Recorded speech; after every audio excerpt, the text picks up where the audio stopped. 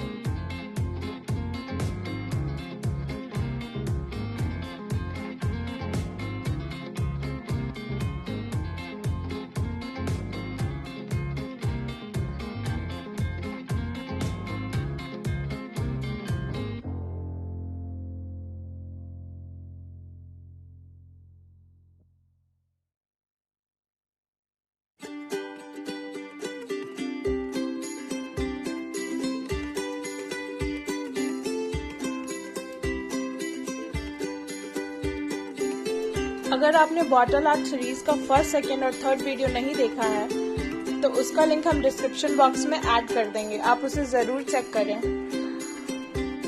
तो मिलते हैं फिर एक नए वीडियो के साथ। अगर वीडियो पसंद आया तो वीडियो को लाइक करें, कमेंट सेक्शन में कमेंट करें, हमें सब्सक्राइब करें और हाँ, बेल आइकन प्रेस करना मत भूलना।